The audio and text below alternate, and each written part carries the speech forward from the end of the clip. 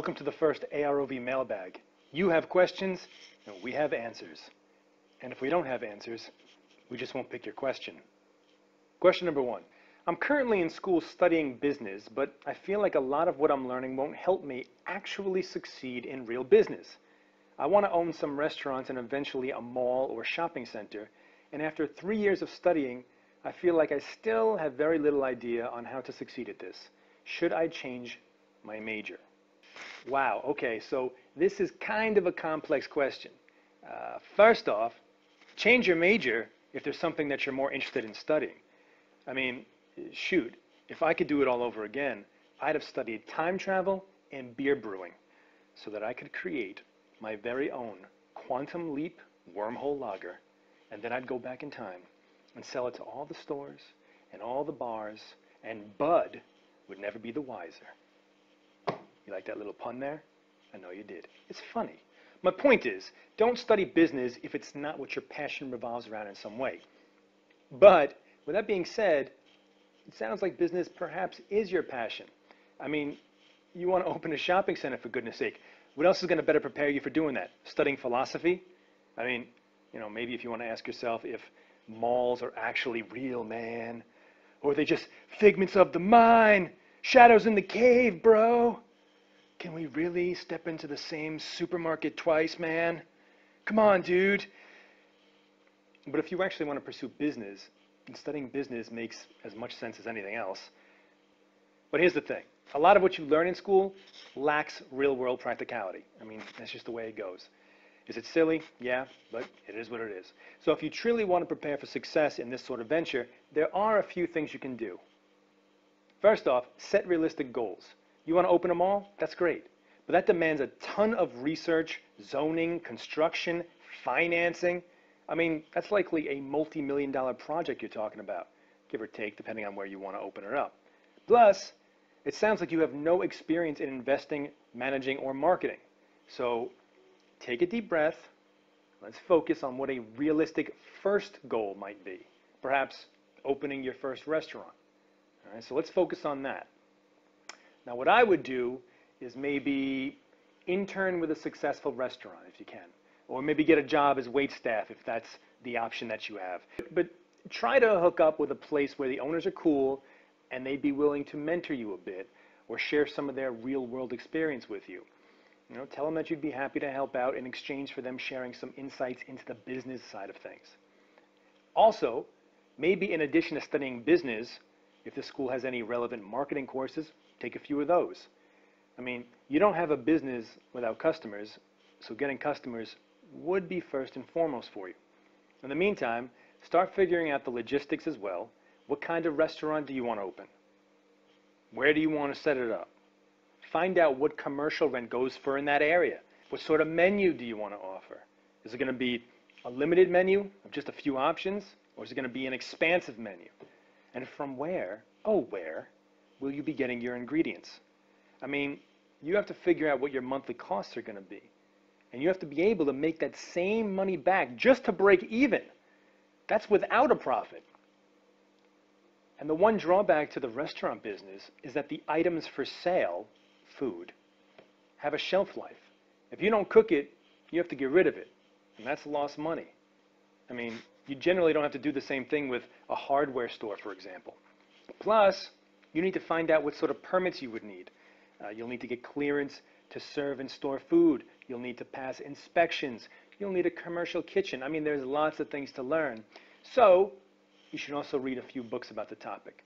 We've compiled a few options here for you to peruse through. We have no affiliation with any of them, so pick the ones you like based upon what they offer. And if you don't like the list, find a book that better suits you. Find one that appeals to your interests. By the way, everybody, remember, books are free. You don't have to buy them. Just go to the library.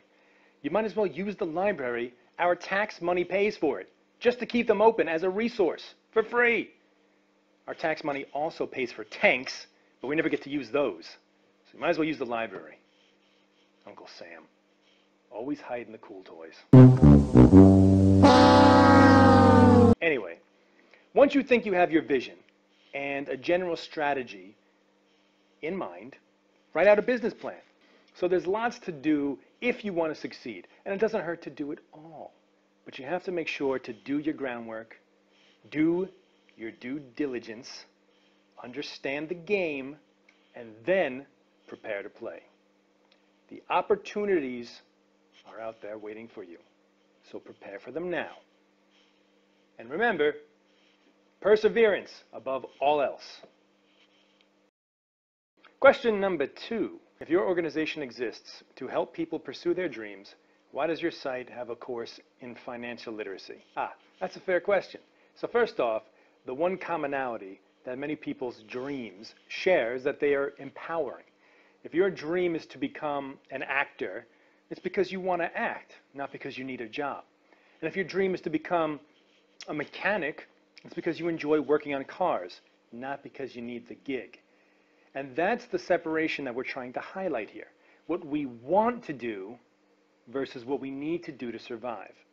Now, the ideal circumstances combines the two. You love what you do, you never work a day in your life. But it's just not always so easy, especially when you have kids at home, you have bills to pay. I mean, we're living in a world where paying bills is paramount to becoming anything you want to do. You want to become a masterful flute player? That's awesome. Pay your bills first. So we want people to understand that they can, over time, create some space between themselves and what they need to do so that it's not so overwhelming and pressing that they can't focus on what they want to do. You see, here's the thing. The way this world works is relatively simple. The Wu-Tang Clan said it best. Cash rules everything around me. Cream, get the money. Dollar, dollar bill, y'all. Cash rules everything around me. Cream, get the money. Dollar, dollar bill, y'all. You see, we live in an elaborate bartering system where our time and the work that we do carries with it a value. But that value is generally determined by other people. For example, if you're a janitor, you may only make $10 an hour because that's what the going rate for a janitor is in your area. So, without turning this into an economics class, basically, regardless of how great at janitorial duty you may be, your value will be set at or around $10, unless, of course, your boss is feeling generous or righteous, or unless you can find someone else who values your work at a higher rate. Now, this takes the power away from the janitor. Compare that to someone who is good at janitorial work and starts his own cleaning company, trains others to clean as well as he does. Now, there is still a going rate for that janitorial work, but he has more control over what he charges, which correlates to what he offers. Long story short, you are much more empowered as a creator than you are as a worker. That's just the entrepreneurial side of things. Now let's look at the investment side of it. Let's say you're not a guy who's interested in starting a business.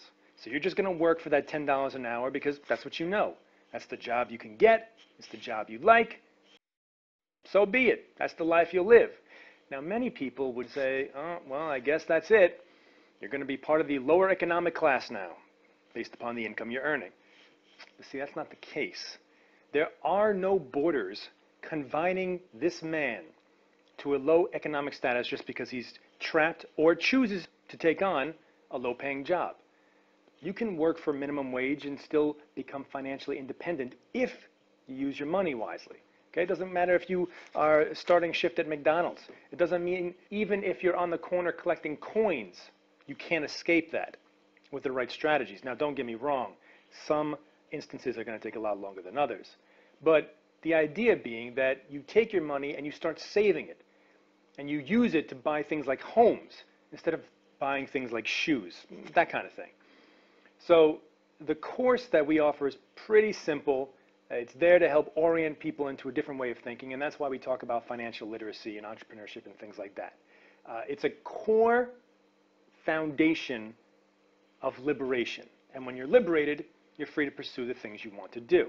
So basically, what we want to do is just help people establish a different way of thinking, particularly ensuring that people think with an empowered mind rather than a passive one. You get it? Ooh. Ah. Question number 3 is not really a question, it's more of a statement, but that's cool, I'll play along. The statement is, I don't like you. Whoa, hey, well, darn, man. But that's cool, that's cool. You don't have to like me, because I like you enough for the both of us. You silly mother. Thanks for watching our first mailbag. If you're interested in sending in a question, feel free to send it to this address. And make sure to write the word question in the subject box. And that's that. So until next time, have a great week. I'll see you in the future. And until then, remember to dream big, but achieve bigger. Give me a ticket for an aeroplane. Ain't got time to take a fast train. Lonely days are gone, I'm a going home. My baby just wrote me a letter.